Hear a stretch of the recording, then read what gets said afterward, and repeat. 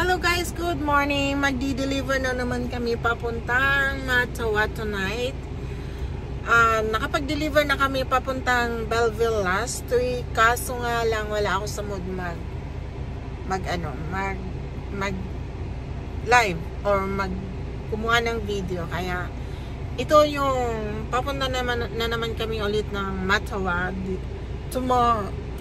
tonight. I-deliver namin bukas. Kaya yan guys, abangan nyo kami ulit na magdi-deliver. Papakita ko sa inyo kung ano yung yan guys, ang aming i-deliver ulit sa Mattawa. Yan, yellow. Di-deliver namin yan ulit tomorrow. Then balik kami ulit. So next week, hindi na naman namin alam kung ano yung susunod.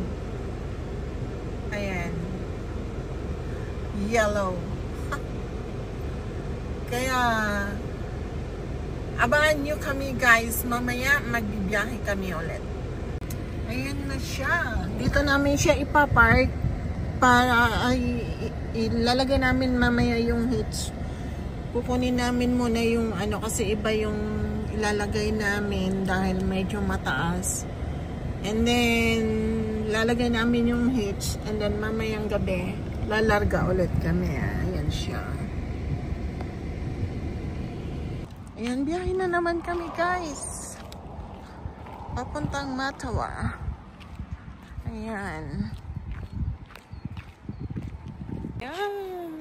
Paalis na naman kami. Papunta ng Mattawa. Kasi umuulan dito. Then balik kaagad bukas kasi meron kaming pupuntahang birthday ng aming anak na isa. Birthday ng aming panganay. Pupuntahan namin bukas sa work niya. See you guys later. Bye-bye.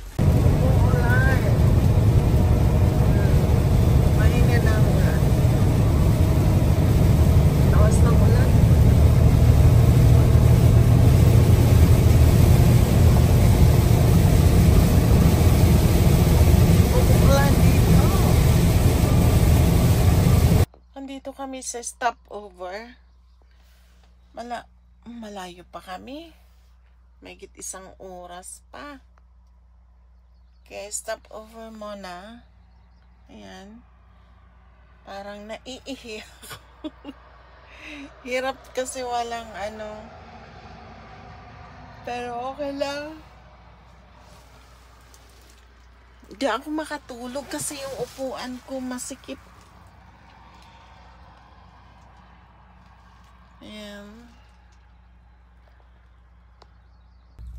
Ayan, inano ko yung buhok ko.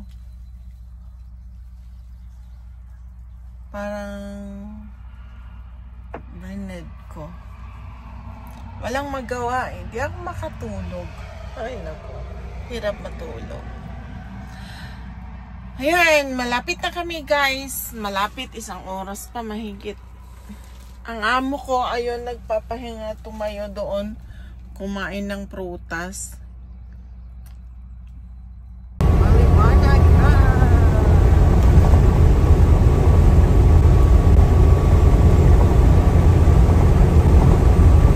Maliwanag na, pero walang araw, maulap.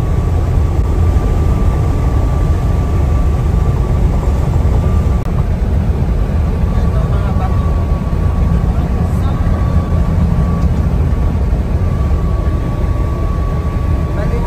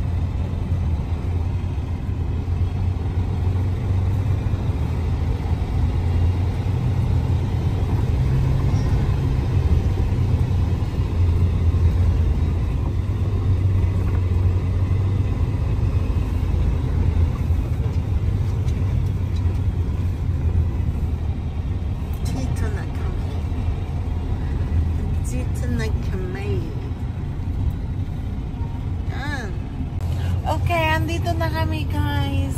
Ayan, magtatanggalin na namin yung hits namin and then go back home because later we have our birthday boy. We need to go there in his work.